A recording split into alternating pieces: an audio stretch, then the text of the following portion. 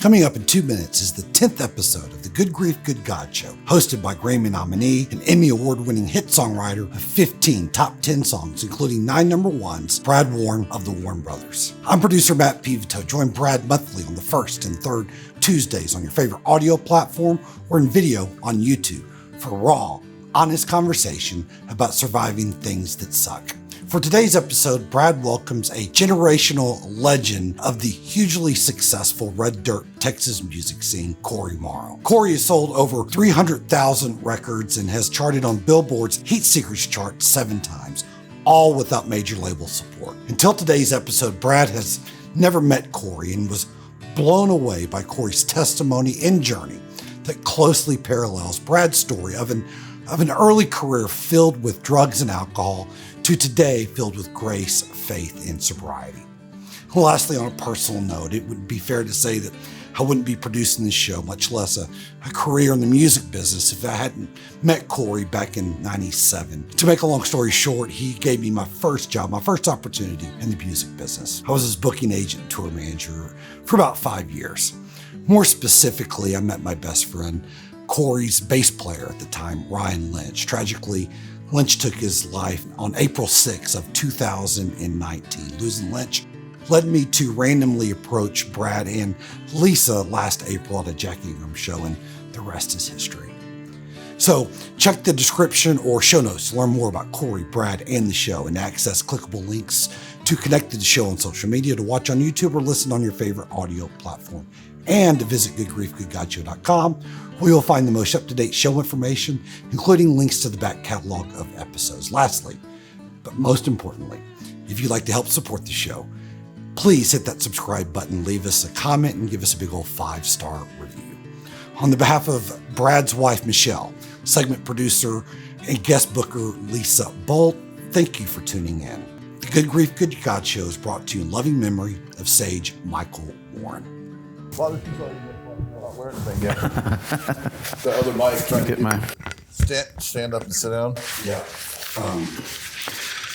Oh man. Man, thank you for having me on today. Thanks for coming, dude. I appreciate you. I know that you just flew in recently, either last night or today or whatever. Yeah, last night. Decided to do it last night so I could have so some you time. Sleep. Well, that's good. And you're writing? Who are you writing with? Let's see. Patrick Davis, John David Kent. Is Patrick Davis? What's our boy Patrick? What's up, Patrick? You know Patrick Davis? Yeah, that's Patrick Murphy. Patrick Davis was I know that name. I'm trying to. was married to Virginia. He was married to Virginia. Thomas's correct. manager? Oh. It was Virginia Davis. Yeah, that's correct. That was a long time ago. That was a long time. That's when we met. They were together, newly married, and I don't know if I hadn't seen him. we ran around together. And he's actually getting married next week. Is he really? Yeah, so or later this week. But he said. It's funny when your second or third marriage, you're just writing and working right up until the wedding instead of taking the 2 weeks off to. I mean, I think he said, "What's today? What's the day of the number of the day?" 10th. Yeah, he's getting married on the 15th. Oh. Yeah. And he said he'd meet with me tomorrow, and I'm like, Yeah, really. "Hey, man." After you've done it once, He's like, "No, let's do it." I'm like, it's like your buddy. Your first marriage, I'll fly to. After that, you got to have a local wedding, or we're not going. You know what I mean? Yeah, you don't fly away to someone's second marriage. It just doesn't. That's terrible. I'll wear the flowered shirt, but I'm not going to go to Hawaii for your wedding. Well, actually, if you're going to Hawaii, I might reconsider that one. I don't know how many dates do you play a year? About 100. I want it to be less, but it's quite a bit less than it used to be. Okay, yeah, I was going to ask that too. I mean, it's a lot though. But it's all in Texas. Mostly. I wake up every January 1st and I'm just like, I get to do this again. Like some people say, man, aren't you tired? And if I go down that road, it's like, yeah, I get tired of certain things, but everybody can get tired of certain things of their job. But what an amazing job. And like Willie Nelson said, I think it's Johnny Carson asked him, when are you going to retire? And he's like, I play music, I travel, and I play golf. What am I going to retire to? And from? What is that? How do you make sense of that? Yeah, I agree with that. There is you get tired. Traveling makes you tired. I don't care how you're traveling. The bus makes you wore out, and that's just what it is. My brother and I have spent, I've probably even said this on here. My brother and I have spent 30 years or more standing in a hallway of some sort with guitar cases, whether it's a breezeway to get on an airplane or the hallway of a hotel trying to get our rooms open or some corporate event waiting. We had literally been standing in a hallway holding guitar cases for half of our lives. And I used to always say, how long are we going to have to do this? And now I say, how long are we going to get to do this? Because it gets more fun all the time. And I guess you just kind of like, it's like this rule once you turn 50, don't ever pass a bathroom. Yeah. Don't ever Western erection. don't ever pass up sex with your wife. Right. What's the other one? Oh, don't trust a fart. Yeah, that's it. We've already covered all these things. So we're pretty good to go. 5 minutes of meeting each other. Thank you for joining us today. Brad and Cory are now finished. It was a great talk. Yeah, what a good talk. Are we started over there? Have we already begun? We've got a long time ago. It's the problem with this guy. You started before you know you started. Well, it's probably good. He should have had us mic'd up when we met Yeah, outside. yeah. We've already had a good show outside. Is there an intro? Do you want to do like a There's no intro. There's no real intro? There's no intro. I do have a quote for everybody that comes on. And you are the first person I've had on my podcast that I didn't previously know before this. So this is exciting. I'm cool. And I got to do a little research on you and watch some stuff. And so the quote I have, which is one of my favorites, is for you, is that one often meets his destiny on the path he takes to avoid it. That pretty much, you've hit me home. You've hit me in the nose twice today. How long have I been here? I think we come from the same spot. Wow. Yeah, that's pretty much it. That's and I find that quote to be a constant truth. Like I'm constantly. So just the other day, I'm on the road. I'm on the golf course. I'm talking to my manager. Retired and working. Right. I'm playing by myself at the country club that my buddy couldn't make, so he set me up.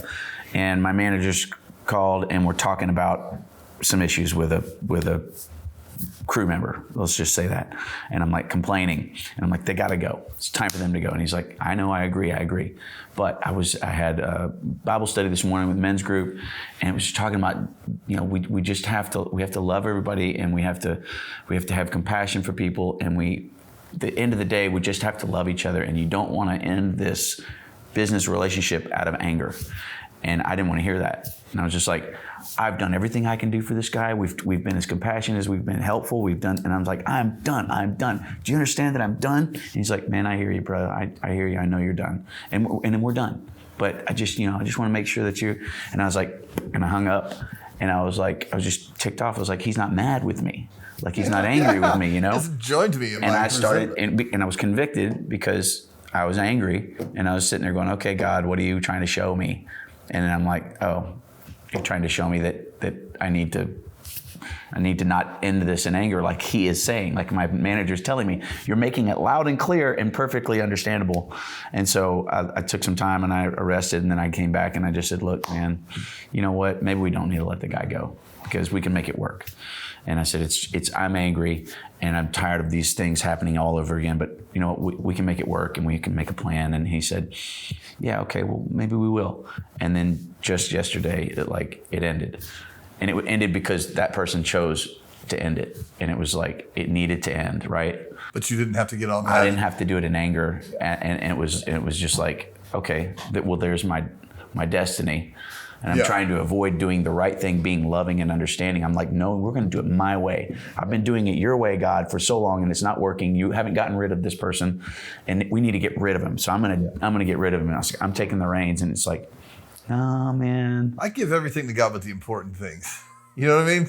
Which is I let him take care of, when it comes to my wife or my finances, I got this. I read the Bible, I got it. Keep out of that. And the truth is, like the things that I need to give him that I still haven't are the ones that are the most. It would be smartest of me to do. I don't know if you do the 12-step program or whatever. I did it. I didn't actually do it, but a friend of mine who's done it said that I did it. She's like, she knows my story. She goes, you just did every one of those things. And I was like, I did? I said, I kind of looked at them one time, but I think subconsciously I knew what to do, right? You have to go back and you have to make amends. And she's like, yeah, you did all of them. And I was like, great. Okay, great. What do I do now? She goes, just keep working them. Yeah, no, it's good. So there's a something in the 10th step that there's literature on, and it's kind of your conscious contact with God. But there's a spiritual axiom that says, basically paraphrasing, if I am bothered, it is me. period. My wife's mother used to say, if there's a problem, it's you. She'd say that to her, and she's not she never went through the program. That's what she would always tell her. So when I met my wife, it was just like that was the thing, and I'm going, man, that's... Wise people have been saying that for a long time, probably. Well, here's the thing. It completely took the pressure off me, because I was always wondering whose fault this was. Yeah. I mean, whatever it was, this has to be somebody's fault. I'm a big blamer. I come from a family of like finger-pointing blamers. We were Baptists, and so you're counting your sins, and you were counting everyone else's sins. So if you could throw one of yours on somebody else, man, you were ahead of. You're so good keeping score. And it was a few years back. I've been sober a long time, let's say, and it was probably 5 or 6 years ago. And I'm like, oh, if I'm bothered about anything, it's me. If I'm bothered in traffic, it's amazing how when I'm in a hurry, everyone sucks at driving. Everyone. I was going to comment about everybody driving here, and I was going the speed limit today, but it's probably me. Yeah, right. I was driving this little car though. The little cars scare me because everybody's like all over you, and you're like down here. But you're right. It's like it comes up in every single little thing. When you start to get worked up, you're getting worked up because you've got a problem with something. 100%. Like I got a problem with the way that you're talking to me. Yeah. Right? Yeah. Well, whose problem is it? It's my problem. Yeah. The problem is me. And the other problem can be, the other person can be a problem. They can be real. Poking. But I don't have to be bothered by it. I don't have to be, I love quotes, as you already can tell. And this Nelson Mandela quote that my wife showed me last week, he said, I don't ever lose. I either win or learn. I'm like, wow. So if everything is just either a win for me or a chance for me to learn something, and that sounds so, God, when I was younger, I would have been like, shut the TV out, just watch it. Shut up. Don't want to hear it. But the truth is, that's what it is. So I tell my kids, I'm like, how do we learn? And they say by failing. And I'm like, by making mistakes. And I'm like, exactly. I said, so while we're practicing this thing that we're doing, we're not going to, my kid's like, we're practicing pitching, and I'm trying to teach him the right way to throw because he's trying to throw with his arm. And I'm like, you got to use your shoulders. And he's getting kind of down on himself. And I was like, I understand that you're disappointed in your performance, but you can't have great performance when you're learning something because you don't know it. Yeah. So you're not going to be good at it because you're learning. And he's like, oh yeah, okay. I'm like, the mistakes are inevitable in the process of learning. So I love that. There's no win or lose. There's win and learn. Yeah, win and learn. That's one of my favorite things. Speaking of that, I'm so intrigued. I got so much I want to ask you, and we'll talk about grief and recovery and all that kind of stuff as it goes along. But like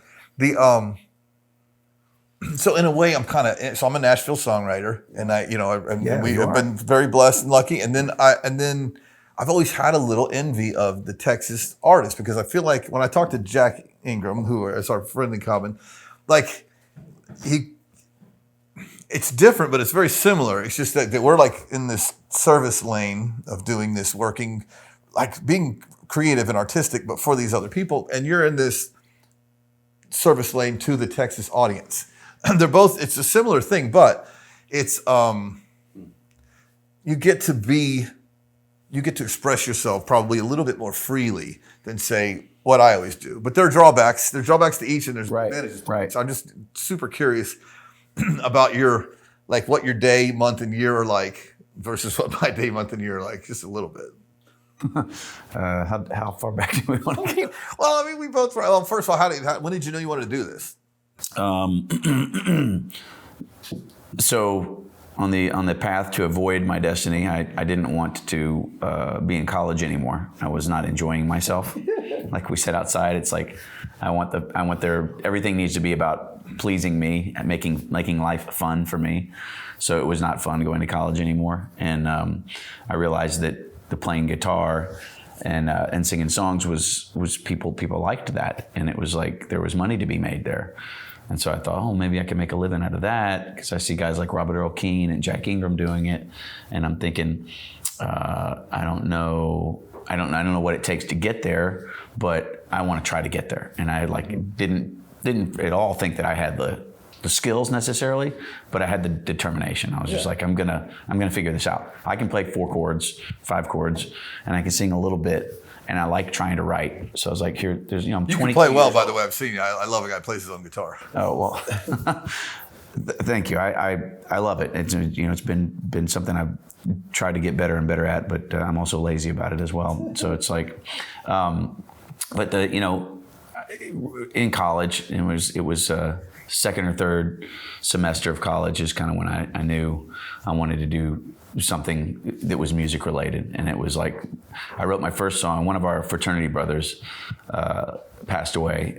We had a party, and I was the key master.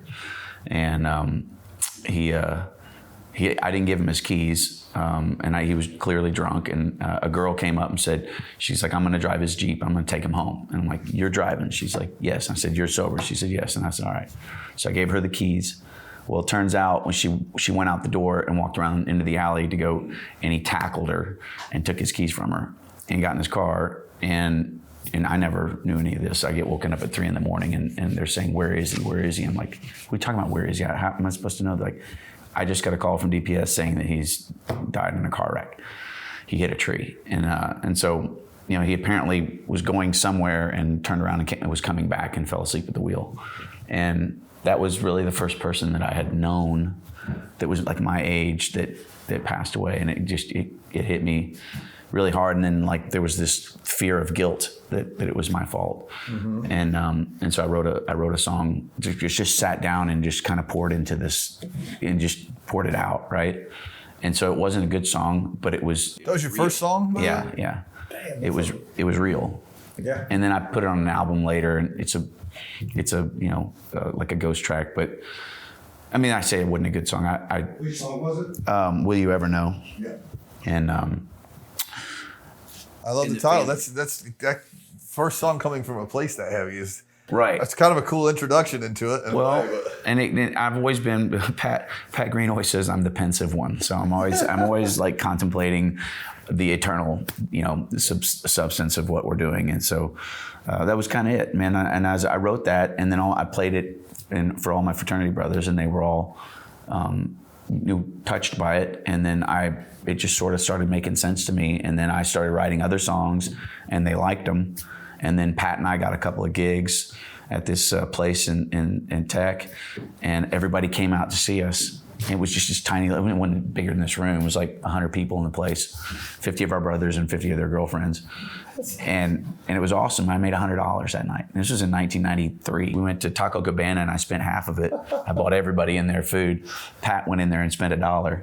He got a water and a dozen tortillas for 99 cents. And I was just like, somebody's smarter here. Let me see, who's going to burn through their money fast? Yeah. Who's going to have a retirement and who's going to have to work till they're 90? But that was it. That was the launching pad. And then I've squandered so much of it, it's ridiculous. But I took off, and as we were talking earlier, everything needed to be about me. I was always pointing to back. When I first came to Christ, my buddy, who was actually the first member of my band, walked me through into my salvation, and he was talking about like the idea that I'm wearing a jersey with my name on the back of it, and everywhere I go, I'm like, look at me. Like the football players, like it's all about me. And I was like, wow. And the word narcissism came up, and pride and humility and all these things started kind of bubbling up in my sober face. So I started off moving to Austin and giving it a shot, man, and so fast forward 28 years, a day in my life. I got 5 kids. My wife and I have 5, 11 to 5 years old, 4 boys and a little girl. So you waited a little bit to start. Yeah, she's 10 and a half years younger than me. There you go. And there's a plan to that too. I figured it makes sense to find somebody that's as mature as me. You probably should have gone even younger, but yeah, we'll go. Right? Exactly. So no, I only know because I relate to you. So. Yeah, girls my age are just like, we never did get along. Yeah, they were just looking at me going, "You're a total disaster and what a mess." So I fooled this one into thinking that I had it all together, and then that all blew up in my face. But if I'm at home, we get up. she gets up.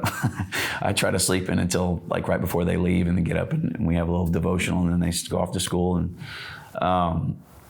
and then we'll either do stuff together or we'll go our separate ways and try to knock out the honeydews and the things we need to do. I try to get some golf in there, try to work out, and if I can, I'll work up a songwriting getting together. But honestly, the songwriting part is something I have to like schedule more than I used to. It used to be, I remember when I was by myself, I'd wake up and I'd be like, set my cigarettes down, get my coffee down, get my Willie Nelson autobiography down, and I'd just get myself in this place, and I'd pick my guitar up, and all day long I'd be trying to write, just come up with stuff. And I'd have the recorder, and man, that's just. Did you have the little flat cassette player that you push play and record at the same time? time? I had we go back that far, right? The two little speakers on it, and then I got this one with the little disc that you put in it. Yeah. And it had multi-tracks. Oh, wow. And so I would stay on one song, and I'd pull all the tracks down and go one track up, and I'd record for 60 minutes. And then I'd start the whole track over, and I'd go on the next track and record. So each channel has 60 minutes worth of. You missed nothing that way, but did you ever actually go back through all of that? No. Yeah, it was recorded, knowing I was never going to listen to it. It's there. I mean, I'm so OCD, I could never just like leave the recorder on. And the people that did that in the room, like, oh, this is, first of all, I'm going to get in trouble just for what I say, and then second of all, it's too much. Well, so going back when you were a kid, because I'm always interested. I came from so much church and religion that I literally had to leave that and find my door back to God in recovery, because it was a lot. We didn't have a television in my home ever. So you said you were Baptist. Where did you grow up? Super Baptist, Tampa, Florida. A cult-like, charismatic Baptist church. So we spoke in tongues and screamed, running up and down the aisles and stuff, and we're slain in the spirit and all that.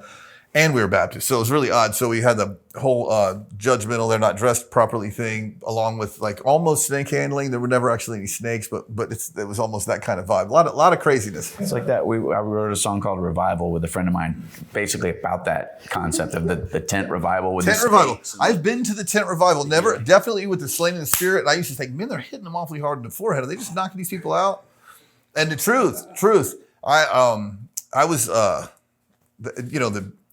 the young people were on fire for God. I mean, we're talking about like teenage years. Right. And the older teenagers were wanting me to get my prayer language, which is when you speak in tongues. And I by the way, if you're in a charismatic church, this is not like, my friends and family are all from this, and they'll be even a little angry at this story, but it's just to do it. I mean, they were speaking tongues. Hey, that's not my hill to climb. I believe it's there. I've never experienced it. Hey, my name's Paul, and that's between y'all. It's not been real to me, but it's I was raised in it.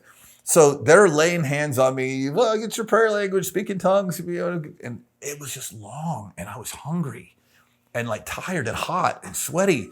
And they just kept praying for me. And I'm like, if I don't do something, they're going to stay here all night. I mean, there was a lot of endurance in that. And so, I mean, after like 15 minutes of them praying and laying hands on me, I just started blubbering, gibberish. Yeah. Blah, blah, blah, blah. Oh, he got they celebrated, were high-fiving and hugging. Brad got his prayer language. And I just like, I did not get my prayer language. I need to get the hell out of here. Please keep your hands off me, and can I eat something? So that's kind of... Do they know this? Or are they finding out right now? They do now. I don't even know who the actual people were at the time, but my brother knows. The truth is, super well-meaning, great people, but I came from so much of that I had to go. The first time I did, let's just be honest, the first time I did cocaine and didn't get hooked, I was like, well, this is garbage. I've been taught this box of lies about drugs. They said if you do this once, you're going to be addicted. Now, I didn't really understand what was meant by addicted. I didn't do it again for months, so I figured that's not addicted. Not addicted. I'm not eating it every day. I didn't run out and wind up in a ditch the next week. So I assumed that everything I was taught had been BS. Oh, wow. Not true. You applied it to the whole. So when I came back to God, it was through recovery and alcoholism and 12-step programs and sponsors and the whole 9 yards. And then I'm like, oh, this lines up totally with the actual Jesus and God in the Bible that I'm maybe not exactly what my mom thinks it ought to be all the time. But I realized that recovery had led me back to the Jesus that I knew to start with. But it was a big, big circle. It sounds like you started off maybe with less of that religion. For sure. And Yeah, for sure. Mine, the way that I remember it and the way that I tell it is that, we went to church on Christmas and Easter and those holidays. I was baptized Presbyterian, and I had Baptist friends in elementary school, and my best friend, his parents were Baptist, and so my mom would let me spend the night at his house on Saturdays because I'm assuming because they'd get up and go to church on Sunday. So I'd go with them to church, and I remember wanting to get baptized because they baptize people every Sunday there. You're getting in the water, and I'm like, man, I want to do that. And we went to youth camp. There was Howard E. Butts. You heard of H-E-B grocery stores out of Texas? Yeah. So Howard E. Butts had camps that he funded, and one of them was called Laity Lodge, youth camps. And I went there when I was young until a teenager, and then they had Young Life. It's another organization, and I did that. So I was involved in all these things and actively trying to do these things. But when I'd come home, it wasn't discussed. Like, we didn't have a Bible. We didn't go to church. We didn't talk about Jesus. We weren't, and there wasn't a man in the house really leading me, saying, this is what a good godly man looks like. This is what biblical marriage. Parents were divorced? Parents divorced when I was 3. Yeah, my mom remarried when I was 11. Yeah. And so it wasn't there. And then when my mom remarried, that guy, he liked to go to strip clubs, he liked to smoke pot, and he drank. And sounds fun when you're 13, right? well, yeah, I mean, yes and no. Like, we had this tumultuous, like, we were butting heads because he called me mama's boy. Like, one of the first things he told me was shut up and call me mama's boy. And because my mom, I was kind of my mama's boy. And so she had this love for me, and he was threatened by it. And he had, man, I come to find out, man, his scars run super deep. I mean, his dad and mom basically just never shared any love with him, and he grew up, he had to go identify his brother's body. When he was in his 30s, his brother had been stabbed by a pimp in East Houston, and his mom would always talk about how wonderful his brother was. And he ended up starting a business out of nothing, out of our backyard and garage, and turned it into one of the most successful companies in the city of Houston. Wow. And had took care of my mom, my oldest sister, my middle sister, who was mentally and physically handicapped, and me. Just took us on I was 11. And it was 11, 13, and 15, something like that. So he kind of felt like he earned the strip bars and the... I think probably he felt like all these things, but so that's the atmosphere I'm growing up in. There's not a lot of Jesus in there. There's not a lot of church in there. Okay, I don't want to interrupt you, but I have a couple thoughts, and I'm going to forget this one. But this is crazy because when I see someone like you or like Casey Beathard, I don't know if you know Casey Beathard, he's a songwriter and actually he's a hugely successful songwriter in Nashville. He also lost a child, and but he it wasn't super religious as a kid, and there's something about the blank slate that I hear from you. It was like, I'm in this dysfunction, and I see that as a way out, and so it's a more direct path, whereas I was in that thing that you were looking as a way out, and it was dysfunctional. Therefore... And now, 10 years into it, like, I see that too. Yeah. And my wife and I contemplate this all the time with our kids, like, how do we raise our kids that in the church or in the body of Christ without it being dysfunctional and then running away from it when they get to be late teens. Right. Because when I see that blank slate you have, it's like your mind is clear, and it was like, oh, this answer. And I mean, it doesn't mean like, don't take your kids to church, then they'll want to go later. Right. It sounds like a terrible thing to say.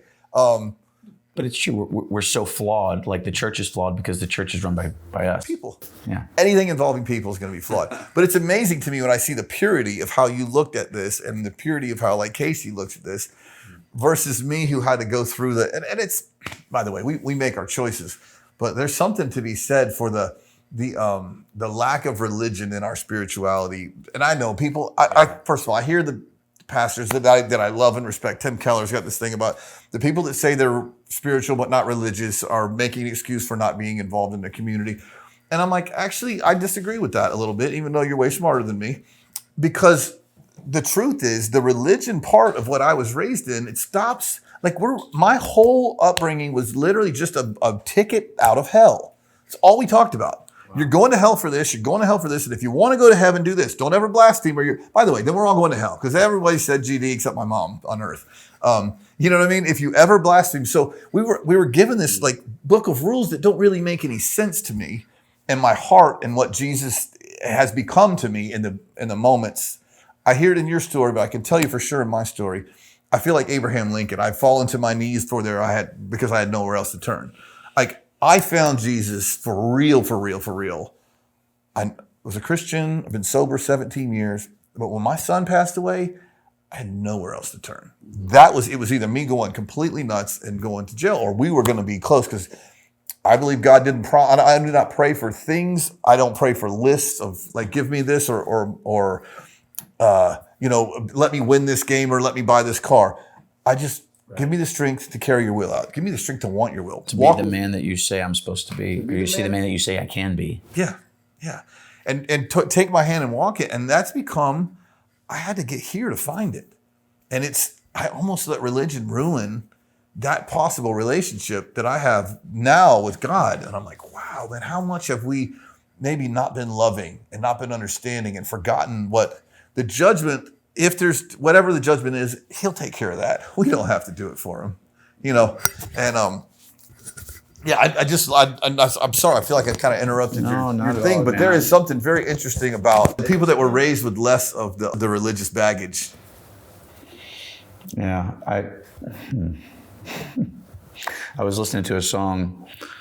My wife put together this playlist when her mother passed in 17, and they were super close, and it was sort of somewhat it was not expected. It was in surgery, and so it was really hard on her. She had MS, and they took some experimental medication, and it began a process of horrible results.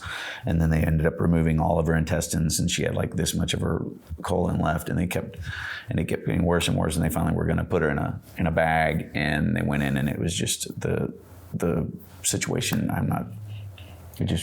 She ended up not making it out of the surgery, and so. It took that began a journey for her. My infidelities and my life outside of my marriage while I'm married led to my journey to Christ, and this tragedy of her losing her mom led to her having a new journey of really truly discovering Christ. And so she put this playlist together. And I decided to listen to it this morning before I come here. And there was one of these songs, and it says worship is more than a song. And it talks about the different things that you can make your idol. Anything that you love with all your heart is an idol. Anything that you can't stop thinking about is an idol. And that worship, that singing is that's not necessarily all there is to worship. That worship is like, the idol needs to be him. So the constant thought process is, how can I be what you were saying? How can I live out your will with my life? How can I live this example for you? But my mind's like spinning with all these thoughts I want to get out. But I kind of go back to what I want to be. Like, I don't want my kids to grow up in that environment where they end up running away from it. And I don't want them to not grow up with it at all. And so we're coming back to what I want, right? I'm trying to control the situation, right? That's true. Damn. Right. How do we wind up back there? Right. Yeah. And we always end up there, right? Yeah. We always end up there. It's always me trying to fix it, me trying to control it. And so it ends up saying, I got to let go. Like with that crew member, I had to treat it with love and compassion. And so, the best advice that I get is just stop trying to fix these things, and like you say, just live out God's will. So if you are the example then they'll see that. And they're picking up, what do they say, more is caught than taught? Oh my God, yeah, they watch more than they listen. They're picking up stuff. Yeah. And even if it's not your kids, it's the other kids around you.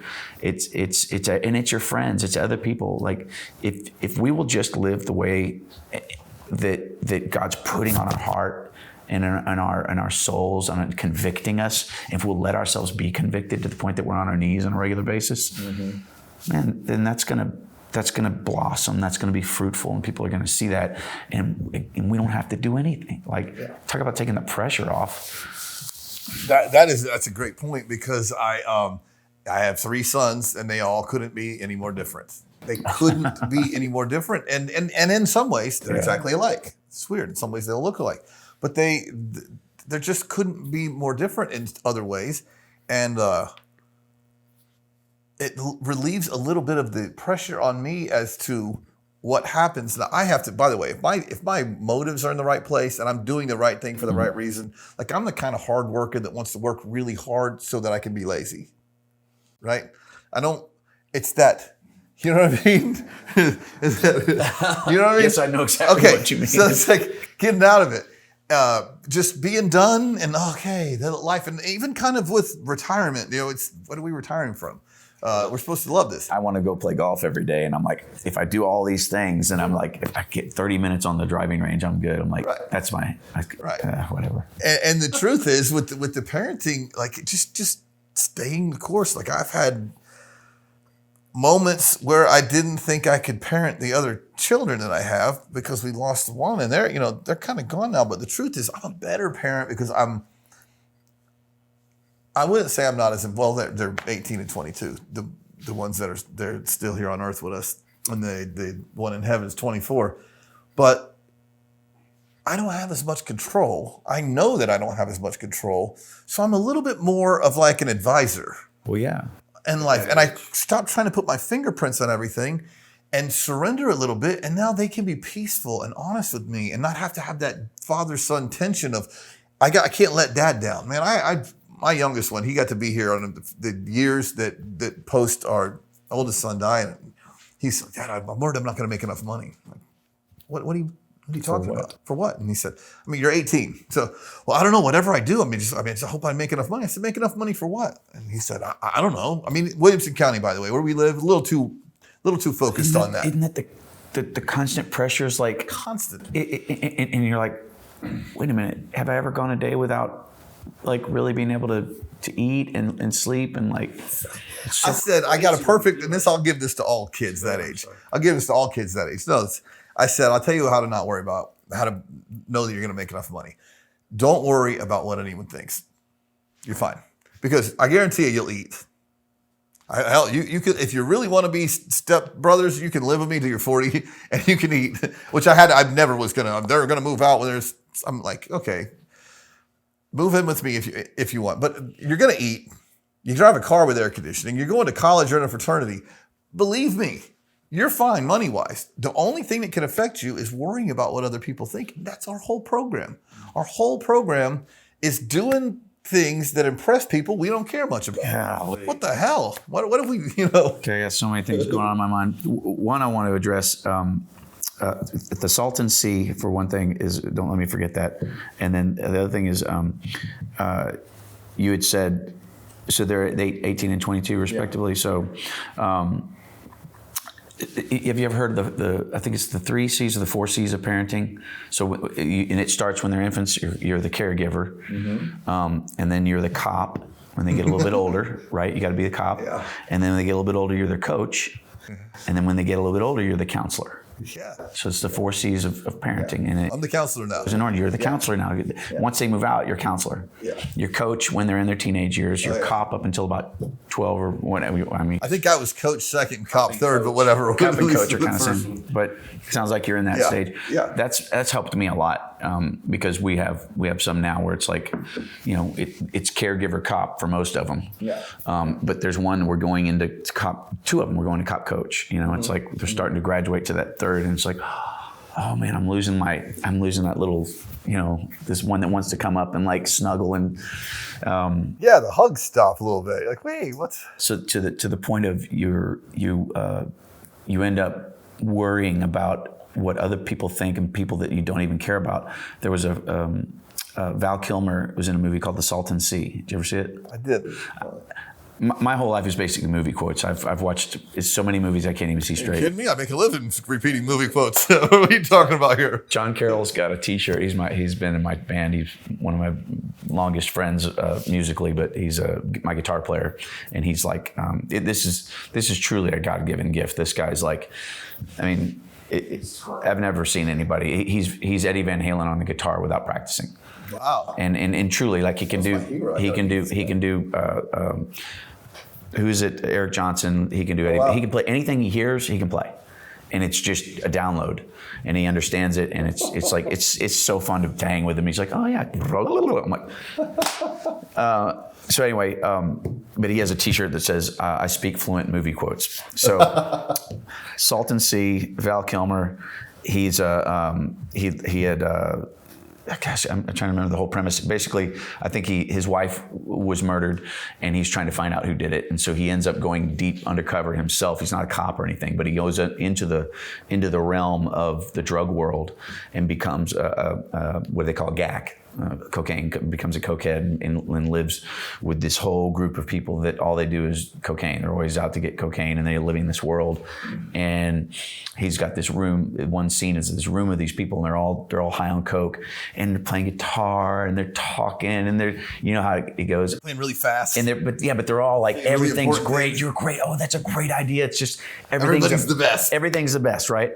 And so it's this room, and it's so recognizable because they portrayed it so well on the screen, like what that looks like when everybody in the room's high on cocaine, you're all doing coke, and you're lifting each other up, and it's like, I'm watching the movie, I'm just going, oh my gosh. And he says this quote that's it just like burned in me. He goes, you spend the evening professing your love to this person that you barely know and your undying devotion to, when the next morning when you wake up and sober up, you wouldn't walk across the street to piss on them if they were on fire. Yes. And I was like, yes. Oh my gosh, that's like the conviction of the reality, the truth of that is like so, it makes me feel horrible because like I've thought that. It goes back to the whole, it's all about me, satisfy me. Like I don't think anything about that person. I just want what they've got. And then, oh man, there's so heaping those compliments painful. And expecting to get them back. We had a keyboard player named Rob Stoney once, and he looked like Greg Allman. He played like Greg Allman, actually. He's brilliantly talented, but he used to say, hey, let's go get high and talk about how great we are.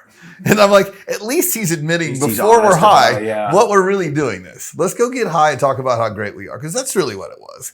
Coke talk is the most BS I think I've ever witnessed in God's world. I kind of want to be around it sober. I kind of do. Oh man, you haven't had one yet? No, I literally have been around somebody on cocaine when I'm sober. I've never seen it since I got sober, like seen them doing it, but I can tell. I've got. First of all, I can smell it.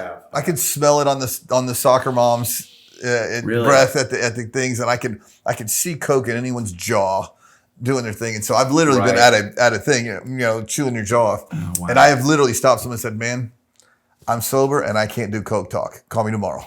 Wow. And I've walked away from them because the spit's flying everywhere, and I'm the greatest at something, whatever it is. I'm either the greatest guy or the greatest guitar player or something in the world that they can't stop saying. And I'm like, no, I can't do coke talk. I'm out. You'll see it once and you'll hate it. I swore I could smell it when it rained. Like when it was wet outside, I swear that's like when I smelled it. It was crazy. Yeah. I actually put that in a song, like kind of like diesel. Something would permeate my nostrils. When you left college to start playing, it's funny. I quit in my third year of junior college. But no, I actually graduated from junior college. That was me. I was there third year. It was my fifth semester. I actually enrolled in that semester, but never went to class. My mom was like, my brother you owe me for that semester. Okay, Mom. Yeah, you'll get it back. Take it out of my inheritance. Yeah. But did that coincide with the substance? No. No. All that came before I forget. Ray Wiley Hubbard said, I didn't use the cocaine to get high. I just liked the way it smelled. Yeah. I don't really like cocaine. I just like the way it smells. Right. No, the substance abuse. So when I got to college, and where I came from, like the only thing you did was drink. We didn't smoke cigarettes. We didn't smoke weed. If you smoked weed, you're a drug addict. Like you're a total loser, right? And so, if you drank and you were cool, cigarettes kind of not so cool. So pivotos sort of like in between. But if you smoked weed, total loser. So I got to college and like somebody was like, man, you should try this pot. You should try it. I'm like, man, I don't know. What does it do? What does it do to you? And like, oh, it just makes everything funny and you get hungry. And I'm like, that sounds stupid. And I'm like, yeah, but and everybody's laughing. They're having a good time. I'm like, okay, I'll try it. And sure enough, man, we went downstairs and ate everything out of this guy's, and he was so pissed. Like we ate all of his food. And when you're in college, every dollar counts and every bit of food counts. Every Twinkies important in that cupboard, right? We ate this guy's like whole, his what do you call it, allowance for the week. What did you think about weed? It was fun. I enjoyed it. Thought it was funny. I got paranoid. Never really liked it. Yeah. I didn't like the way that it made me paranoid, but there were different kinds of weeds and I feel like that's what's happened is you try different weeds, and some weeds are like, man, this is fun. Yeah. Like I'm enjoying this. Like, and then there's some weeds which like, I always wondered if it's just a state of mind of, am I totally at peace with myself, or is there a bunch of stuff that I'm dealing with, and is this bringing out? Have you ever noticed that people do the drug they need the least? Like the guy that's really mellow and kind of laid back and lazy, he loves weed. And the guy that's really intense and hyper, he loves Coke. Like we do. I didn't really like weed. I probably could have used some, to be honest. At the end of the day, I didn't like it.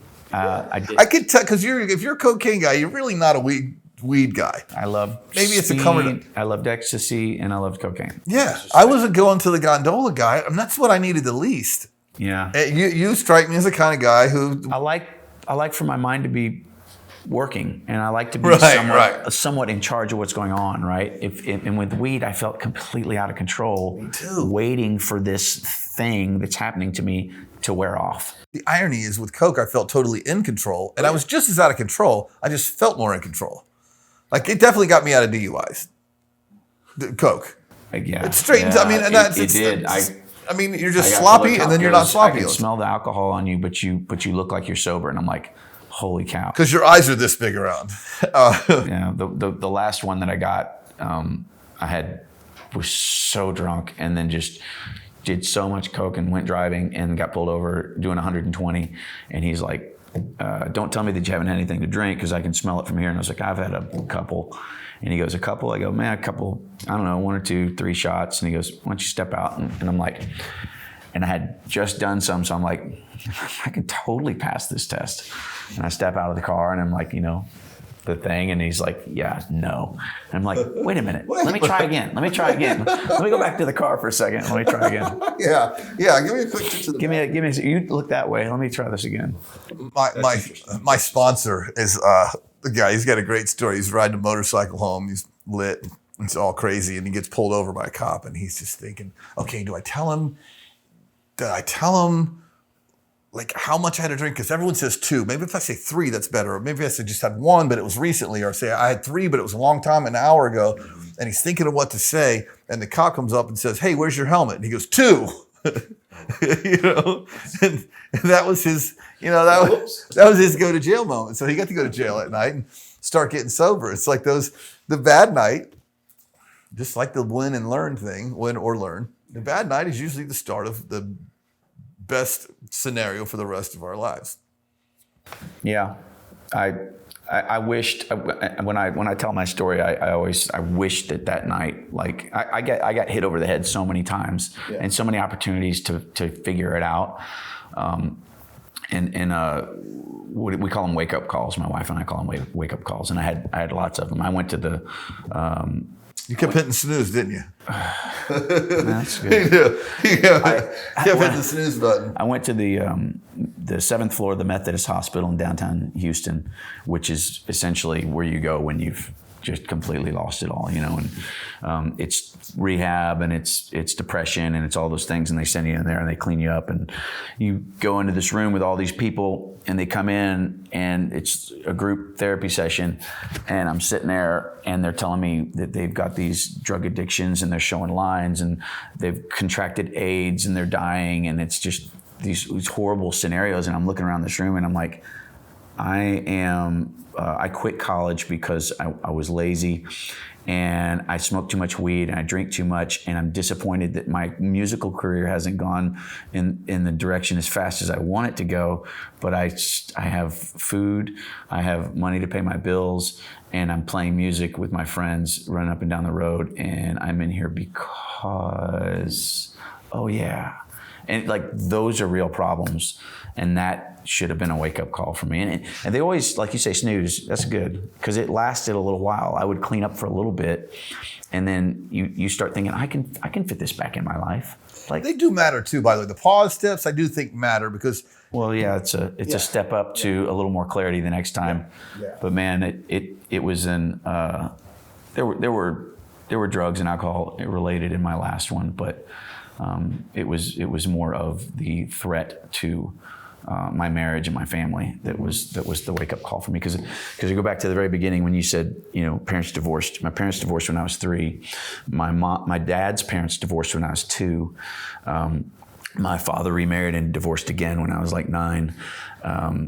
And it's like there's this prevalence of infidelity and divorce in my family, and I just had this growing up of saying I'm never going to get divorced. It's just not going to be a part of my life. If I get married, I'm going to find the right woman, which is another lie. Yeah. And she's going to make everything right, and she's going to fix all my problems, and I'm never going to get divorced. I'm going to wait and find the right woman, and so it was such a big deal to me that when it came down to it that day, it was, it was all on the table. And my wife she helped me see something recently, which is, I love this about marriage. It's not we got married and I stopped learning and studying her and spending time like figuring her out. Like, I'm realizing I have to continue my education in my wife, because she's changing and I'm changing. Yeah. And we have to go through these changes together, or we're going to go through them apart. And I see people getting divorced and stuff, but she kind of helped me open my eyes recently and see that sometimes when I'm telling my story, I kind of get into this, I'm just regurgitating what I know to say. But one of the things I said is, like, when it all came down to it, she's like, tell me what's going on. I know there's something going on, and if you lie to me, I'll know, and then we're done. But if you tell me the truth, we might have a chance. And I'm sitting there with a 1.5-year-old and a 2-month-old, and I'm like, what do I do? What do I do? Like, what do I tell her? Because she thinks it's one thing and it's like a bunch of things, and I don't know what it is, and I'm sweating and I'm freaking out. And I say that there was this light that came through the ceiling, and there was there was, and I felt it, and I heard, tell her everything. And then so she's pointed out to me, I didn't just like give in and like come clean. I was like, how do I get out of this? I heard that voice saying, tell her everything. And I'm like, okay, what does that look like? I don't want to tell her everything. Like, I'm going to try to figure out how to get around that. What's the difference between giving up and surrendering? I used to sponsor a homeless guy. He's an awesome old guy, former gangster, like real gangster. And he said the difference between giving up and surrendering, he said, when I would be climbing a fence and there's cops behind me and I knew I wasn't getting over that fence, I just give up. All right, you got me. Right. He said surrender was when I pulled this shit out of my sock and gave it to him. Right. Instead of hoping they wouldn't find it. That surrender is the giving of the thing that hasn't been full convicted confession. Here you go. So I'm not holding anything back. It was not a voluntary surrender. It ended up being to where now it's like it's surrendering on a regular basis. Kind of like, say, I've done this, and like. But it was. I guess it was more of a giving up instead of a surrendering at that moment, and it took her kind of like seeing this over the last 10 years of me telling the story and her listening to me tell it and going, that's not, that's what you're saying. You're talking out of both sides of your mouth. You're saying you were saved in that moment, that you surrendered to God, but you're basically saying that you didn't because you're trying to find a way around it. And I was trying to find a way around it. How do I get out of this situation? And that thing creeps in. That's a daily thing. By the way, that's the one thing I like about 12-step deal. It's one day at a time, and we do grow past that day. I remember when my wife called me and just said, "I'm done with you," and it was very calm, and it scared the hell out of me because she was like, it was always just yelling, me throwing something across the room, fight. This was calm. It was collected. Done. I'm gonna drive you to rehab. And that's like when your parents say, "I'm not mad at you, I'm disappointed." Yeah. Oh God. Oh, by the way, I didn't care about the parents who were disappointed. This was crushing. You know your wife calmly saying, "We're done." It's just calm. I mean, it was like, oh, this is, and I was like, oh, I'm gonna die. And I realized my babysitter was retiring, and I'm like, I'm really gonna die now. I'm gonna overdose or whatever it was. You've said this a couple times now. It's like that, and I totally relate to this. My thought process was either I find out that God is real, and I give my life to him and he sets me free, or I'm going to go get overloaded and I'm going to end up in a ditch, or both. Like I don't see a way out of this for me that where I remain doing the things that I'm doing, because clearly it's destructive. Clearly it doesn't work. Yeah. And I keep coming back to the same spot. You know, I kept getting arrested. I kept ending up into being depressed. I kept ending up trying to say I need to get rid of these things in my life. And it's like, no, man, now it's, what do you care about the most? Like, I care about my family and my marriage. Okay, well, that's on the table now. Everything else is like possibly on the table. Your career is possibly on the other things, but like now the thing you covet the most, the idol, that's the real life changer, is on the table.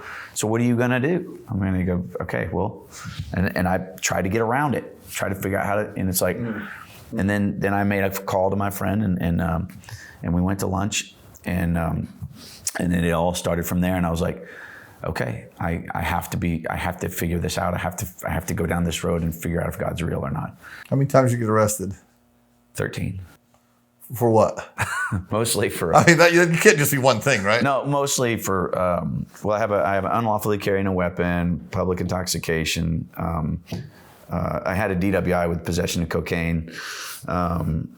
And then the most of them were I would get speeding tickets, and then I wouldn't pay them, and they go to warrant. So I'd get arrested. I'd get pulled over for speeding, and I had a warrant for my arrest for the last time that I sped that I didn't pay the ticket.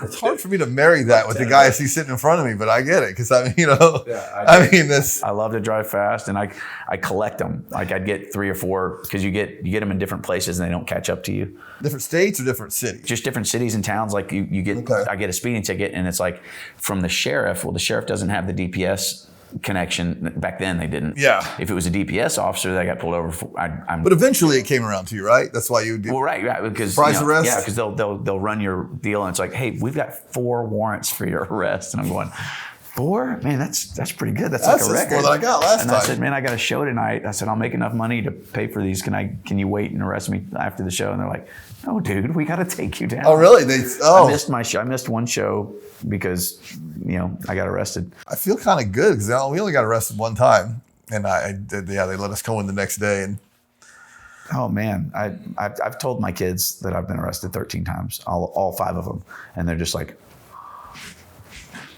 yeah. I'm like, trust me. Yeah. This you don't want to go down this road. Like this is a bad. Daddy made lots of bad choices in his life. Pay your tickets. Daddy made lots of poor choices. I mean, it's so funny. My brother and I were talking about this morning. Just all the craziness and all the bad decisions that you made led to this point. Yeah. And then now you're this guy. Now you're helping other people. Now you're showing your kids the right way to live, and trying. You're being, well, I mean, by the way, none of us are going to be perfect, but you're in that spot, and it's just amazing. And sometimes I wonder why God lets some of us make it through the 13 arrested and bad decisions, and why other of us don't. And I feel like that His grace is bigger than what I was taught it was growing up. Like there's a bigger amount of grace. And some people, He said, I'm going to pull you out of the game early because this is going to get really, whatever it is. Whatever His reasoning, or maybe He doesn't even pull out of the game. Maybe He just lets it happen, knowing that He'll walk with us here and there. I think there's a bigger. My thoughts are higher than your thoughts, so there really is. It's sort of a futile effort for us to try to contemplate what He's thinking and what His plan is and where He's at, which leads us back to take my hands off of trying to fix it for my kids, take my hands off of trying to be the role model for everybody else, take my hands off of trying to figure out why he let somebody pass before me. Why didn't he take me? Why did he take my child? Why didn't he take me? Like, take my hands off of that and be in this particular moment right now and be his and surrender. And that's it. And just kind of walk in that, and that just fills you up. Amen. That is exactly where I am on a good day. What you just said. On a good day. Hey, there's days I wake up and I want to take the reins back. But the truth is, there's some advantages to being dumb, right? I know I can't figure it out. I don't have his thoughts. Thoughts are not my thoughts. And I'm not trying to figure it out. I find it with the discussion with the theologian, the Bible teacher. They know everything. Yeah. Man, they seem worked up about a lot. I'm like, I don't know. I'll tell you this. I can feel. I love when Matthew McConaughey was on Joe Rogan and he said, "I'm not sure what to do with the burning bush, but I'm pretty sure what to do with love your brother." Love your neighbor. And I thought, I love Matthew McConaughey. That's a really good way to look at. There's enough for me to worry about with what you just said than to try to figure out exactly what the meaning is. All the people you see and know, you can look at a guy like Matthew McConaughey and there's all kinds of video footage of him. You could look through all the video footage and then you can actually meet him. And who in the world would you say is probably the most at ease? He'd probably be up there in the top 5. I know a lot of famous guys, and I don't know him well. He's at peace. But my God, I've met him, and he is pretty at peace. He is at peace. Pretty at peace. And he's no preacher, and he's no theologian. But although I think he thinks he's both. Oh, he may.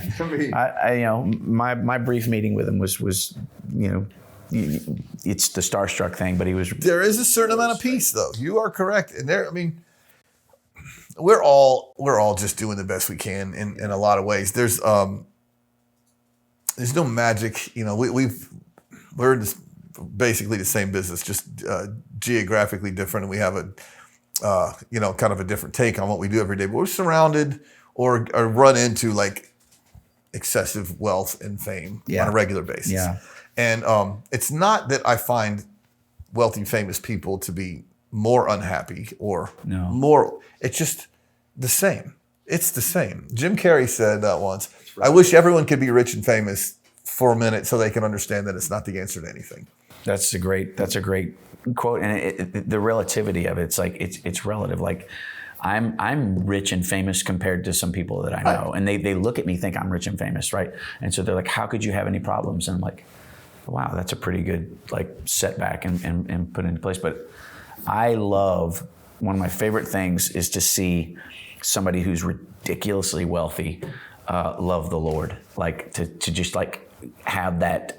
I love Jesus, and I'm also a great businessman, and I'm maybe a cutthroat businessman, but I'm shrewd and I'm wealthy and I love the Lord. And it's to see them do things with that wealth and with their time that's beneficial to the church, which is, all of us, right? Yeah.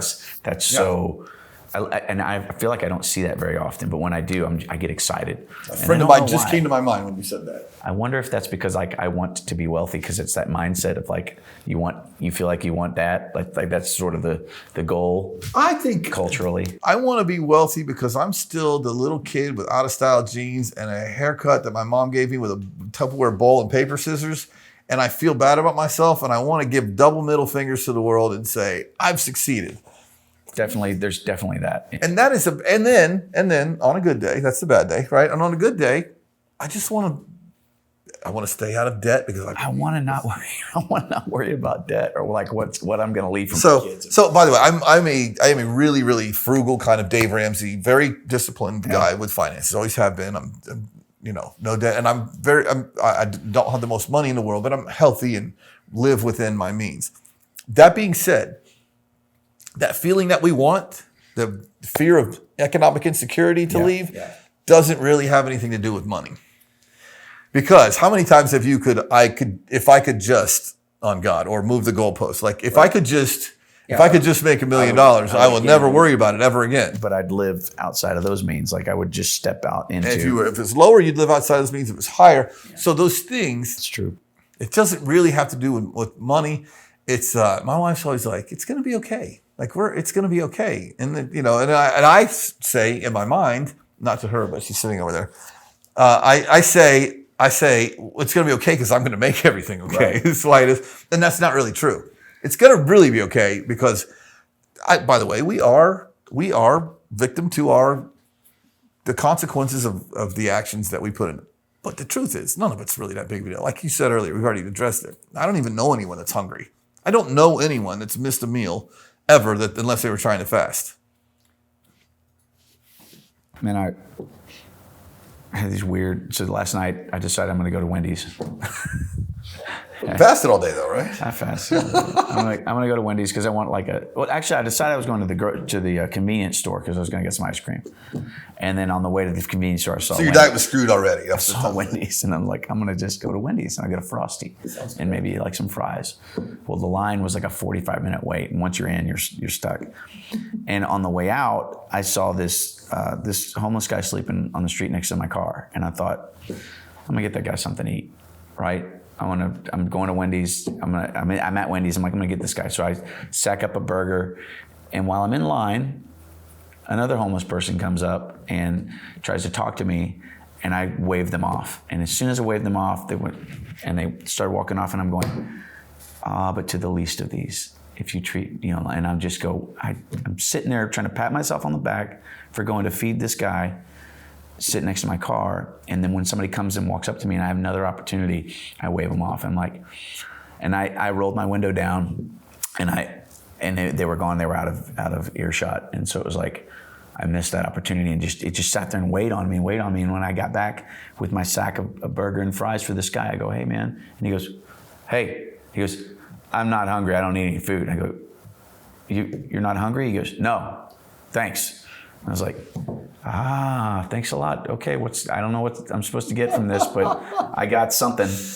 That's big because what it is I have set my mind on I'm going to feed that guy, but I'm not feeding this one. Right. Yeah. This person wanted to talk to me and be like up in my business. I was going to go be kind to them in their world. Yeah. This lady wanted to come up and I don't know what she wanted, but I didn't give her the time of day, and I'm just like, fudge sickles, man. I don't think that we are ever going to get that perfect, but that's an interesting observation because it's kind of like it's loosely related to the guy that's in a flood and he's on the roof of his house and the water's rising and he's like, God save me! Save me! I sent you a boat and a helicopter. Sends in a boat and a helicopter, and sometimes it's like, I want to be of service, and depending on my mood, I'm going to give the homeless person on the corner $20, or I'm going to be annoyed that I'm not making eye contact with you because I'm busy, I'm in a hurry.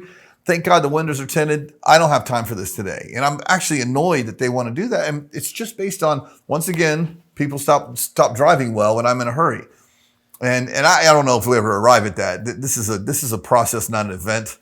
But in life is gosh. So I'm on the board of the Salvation Army in Austin, and we talk about the panhandlers and not to give them money because there are programs, there are places for them to go to get food and to get shelter, and they're taken care of if they want to be taken care of. Mm-hmm. So they make a choice to be on the street asking for money, saying that they trying to feed their family and all these things, and so the mentality is don't feed that. And you take all this information and you try to process and decide what's right or wrong. My best friend, who's also my manager, was telling me, he goes, man, he goes, hang on. He's talking to him on the phone. He goes, hang on. Yeah. Okay. And I said, what'd you do? He goes, I just gave that guy $20. I was like, what guy? He goes, oh, it was this homeless guy. And I was like, why'd you do that? And he goes, I don't know. It was just on my heart. He goes, man, I was, at the Bible study this morning, and it's like, if you give to the least of these, like you just don't know where he is, right? And so Jesus is probably that lady that I shunned off last night, right? He's all of them. And so it's all of us. It was just such a wake up call. And what I love about all this is like these conversations and these moments that I have, all these revelations, they're little tiny revelations on a regular when I'm surrendering, right, and saying, God, like, convict me. So you have these constant things. It's like when you pray for patience, God isn't going to magically make you patient. He's going to give you a situation where you have to use. I never pray for patience. That is a sucker's bet. Right? Don't do that. You're getting ready to have a hard day when you pray for patience. Right. My mother-in-law would say, be careful what you pray for, because God's a faithful God and he doesn't answer in the way that you think he's going to answer. And I always say, God, break me and remake me. Like, break me down and completely remake me. Yeah. And she's like, ooh, you be careful with that one. Man, I need to do that more often, because, those little revelations are the constant pruning. And, I should want the pruning, but the pruning's painful. Who wants the pruning? The pruning is, put me up on a mantle. I'll look good, don't I? If I knew what was good for me, I would be God. I don't know what's good for me. And the prayer, like my brother always says, the scariest prayer that you can ever pray is "Thy will be done," because I don't know what God's will is. And I just pray for the strength to carry out, pray for knowledge of his will and the strength to carry it out. That's it. There's no more. I mean, if one of my children that's with us were to get deathly ill, I'm sure there would be some sort of foxhole prayer of take them. But if I got sick, I don't even think I would pray, God, please save me. And don't. I mean, when it's time, there's a surrender level that well, I'll tell you that you're left with after a tragedy that's on stun. And I'm grateful to have this perspective on it. Boy, if I could go back and live more of my life with that surrendered perspective and go, okay, don't care what people think. I always claimed to not care what people think. Now I really don't. So it's a very different experience. Yeah. Just doing things because they're the right thing to do. By the way, I like to be comfortable. I think I worship at the God of comfort nowadays. I like, so yeah, you like nice things and you like a good car, and I got a motorcycle that I probably don't need. I mean, there's just things that I'm not devoid of human desires. Right. I'm not, certainly, like you're saying, I'm not, it's still there on a regular basis. But big picture wise, on the right day, on the good day, I'm like, okay, your will, whatever. I've come with you this far, dude. We're going out together. But you're aware of what a good day looks like and how to feed a good day, right? And for me, and you're talking about coming from a life of knowing God, and then going through your life and then coming back to knowing God again. Yeah. I never knew what. I was always trying to feed that, like what a good day was with stuff, because I watched my stepdad feed it with alcohol and drugs and women. And so the objectification of women and the insecurity of my own sexuality playing into feeding it with all these things and money and fame and importance. Mm-hmm. And what other people think was so important to me. Mm-hmm. And I'm feeding this thing, and it's just like it fires and then it's gone, and it leaves you less. So you're even emptier and without more hope, like less hope, and you're just in this deeper, darker hole. And I don't know what it looks like to feed a good day. I don't know what a good day means. Like I don't have any like textbook. I don't have a dictionary. I don't have any idea what I'm doing here. Like, what's the purpose of my life? And then somebody says the word Jesus. My life starts to fall apart in front of me. And then somebody says the answer is Jesus. And I'm like, I've always thought maybe it was Jesus, but nobody's walked me down this road. Like, who is he? What is it? What are you talking about? Like, show me. And they start showing me, and man, things start happening. Like, he starts dropping these things in my life. Like I told you, that first scripture I ever memorized was Ephesians 4:2, right? Mm-hmm.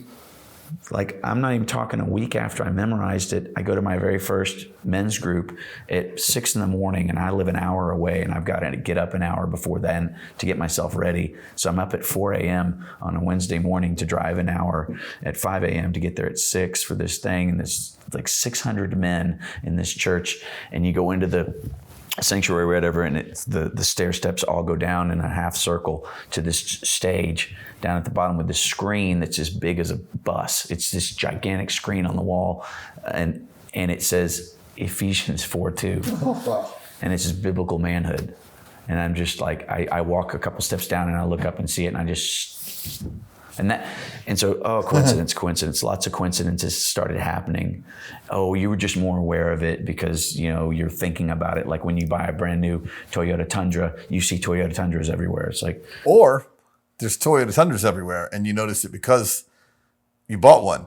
By the way, I'm with you. I don't believe in coincidence anymore. And I think the signs, by the way, we've had so many sides that would flip you out if I even told you.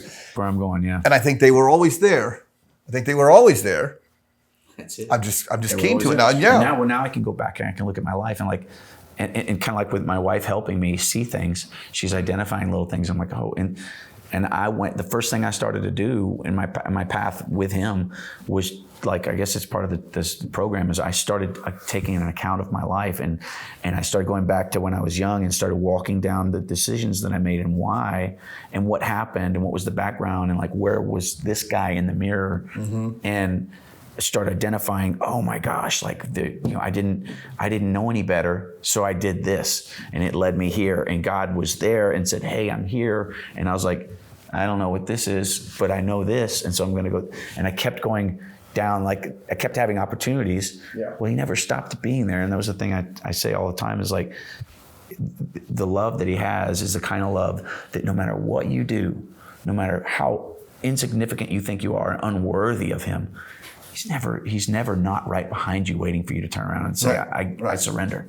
Never not there. Yeah. So he's always seeking you, always pursuing you, always loving you, always wanting you. And man, that was like, oh. So there are no coincidences, right? There aren't. Because the coincidence that you're calling a coincidence is a man-made word that is basically the definition of God throwing you a line, throwing you a rope, throwing you... Bringing the helicopter. Yeah. Pick you up off it. He's there. He's always there, and he always loves you. And it's like, that's it. And at the end of the day, like, I don't need to focus on anything else except for that. That puts me on my knees. That puts me in a position of surrender, and that fills me up to the point that I just want to start bawling because I'm so overwhelmed. Right. That's great. I mean, okay. So it makes me think about. I was gonna say you should take this. A lot of that on the road, but you do. So you do some, like your band gigs and acoustic gigs. Also, just before I forget to ask you, you can put it all into one thing. Like, I haven't had a drink in 17 years. I still write about drinking. It's not. I don't have any objection to that. First of all, I'm an expert. Second of all, you find a little hope in our songs if you're looking for them, no matter what they are. There's a little, you know what I mean? There's maybe a sarcasm in the guy that's got it figured out that we're writing as or whatever. Right. It's always there, but I don't have any objection. Anyway, I'm curious as to what there are changes in the writing, but ours are subtle. We still write about drinking and still write about, but it's just, it has a different twist on it. Is there any of that? For sure. So going all the way back, like I'll go back and listen to and research and study the old writings, and there was a thread of hope. But it was a searching for something. All of them are talking about something that even talking about Jesus and God, and it was in there in my old writings, like, because he was sprinkled in my life growing up. So the idea, the picture of him being the thing that I need was there, and I would talk about the search for that thing, and kind of hoping that it was him, but never going down that road, because what if it wasn't him? I was always afraid of like not believing, because I knew that the end result of me not believing would be me crashing and dying, and like, so, and now instead of there being writing about hope, there's a writing of finding something and knowing something and celebrating what I've discovered. Mm-hmm.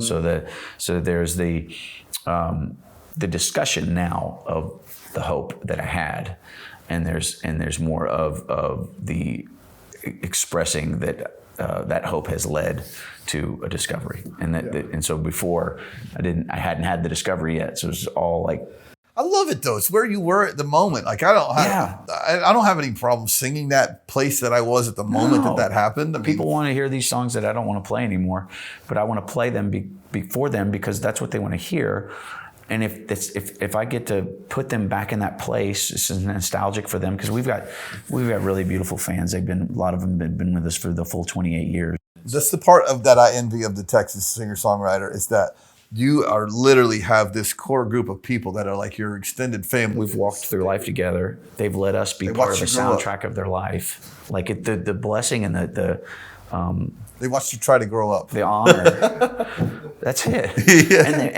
And so they associate with that. They relate to that, and they're all trying to kind of run down. And for them to see me have some success in this gives a spark of hope to maybe that's the answer. And it's like, for me, every night I get out there and I'm like, I'm not going to tell you that Jesus is the way, but Jesus is the way. And the only thing I'm going to tell you is that I found something.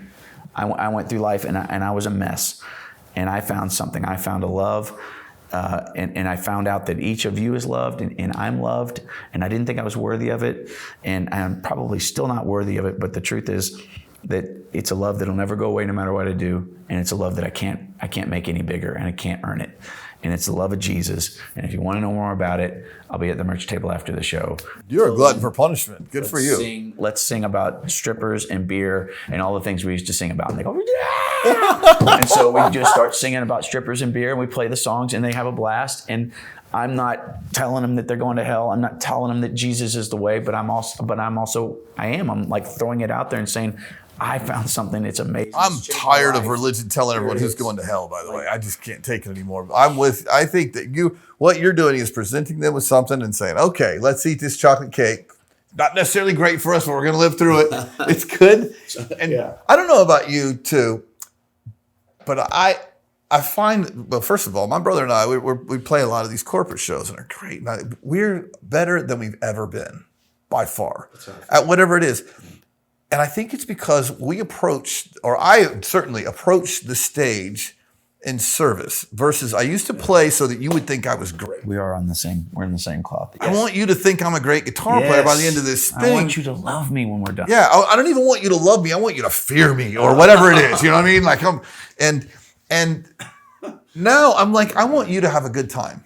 Yeah. I want to give you a smile. I want to give you a good. I want to take you back on the road of go down a little path. Let's tell you the funny part. We always say, hey, you're getting ready to hear about the 10 best days of our career. Do not think every day Tim McGraw calls us and tells us we got a new single, but you're going to hear these stories because they're the ones you matter. We've also written 2,500 other songs you don't want to hear.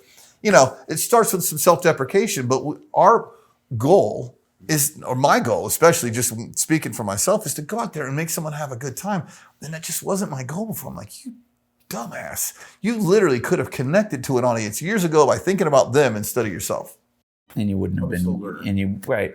But again, another thing of like, we each have our own path and we each have to go down this and find our way in our own time. And God's just patient with us. It's so beautiful to look at it because the story has to be that story. If it was some other story, then there is no God. You're the God. So beautiful expression, but I totally relate with that. Like now, and it's the position of your heart when you look at that stage and you look at this, why I'm here. They're paying me to be here. It's a corporate gig. It's whatever it is. They may not pay attention, but there might be. But I bet you money I can get one person to pay attention, and I can grab that one person. Willie Nelson said if he didn't have an audience, he would find one person that was into it, and he would sing to that one person, and the concert would be for them, and people would be around that person and seeing Willie singing to that one person, and they'd kind of try to fold in. And then he said it would happen. It would start with one, and it would go out like this, and then he'd have the whole crowd by the time it was done. And so it's a different perspective, but it's like the approach of service, of servitude, is like that. That's it. Like I have friends that say, "Aren't you tired of this? Aren't you?" I mean, no, I'm not tired of getting up on that stage and having the opportunity to share this love that's changed my life with people, with total strangers, and then maybe have a conversation with them. I'm never more comfortable than when I'm sitting on stage. I love it. And I love singing for people that want to hear it. And you say you're better than you've ever been. I feel like I'm better than I've ever been. There's another movie, Bohemian Rhapsody, the movie about Queen. Yeah. And he said something about, I couldn't sing off key if I wanted to. And there are nights when I feel like, I'm like, oh, that's how I feel sometimes. I'm like, I feel like I could just do no wrong when I'm singing, and I feel so, and this has been since I got really saved, was I started picturing God and Jesus and the Holy Spirit sitting in a balcony that I make in every room. I set this balcony up over the front of house guy. Ooh, that's a lot of pressure. And they're sitting there, and I'm playing for them. Like, I'm giving my all for them every night, right? So there may be nobody paying attention to me, but I try to put that picture in my mind of they're up there and they're like, man, you're doing great. You're doing so good. I'm like, I'm giving everything I got. I'm singing my best. What do you think? Here it is. Here's I love you. And it's like, And if there's just kind of depression in the crowd, I'll look up and I'll be like, Jesus is up there going, "You're doing good. I love you." And it's kind of corny, but it's like that is such, you just nailed it, man. It's in servitude on that stage. We are here. I feel like I'm here to be of service to every single person that I meet, whether it's that homeless lady or the people that paid to come into the show. And so that changes everything. This is not their sim serving me. It's not about me. It's about me being there for them. And so, like, if we're all in that position, it's such a beautiful thing to watch people trying to open the door. Nope, I'm opening the door for you. It's like, I love that. I love when you get stuck at a door and it's like, too many people are trying to after you. And then you say, and then there's something to be said for accepting the grace. There's something to be said for being able to accept a gift. Like you say, oh, I can't receive this.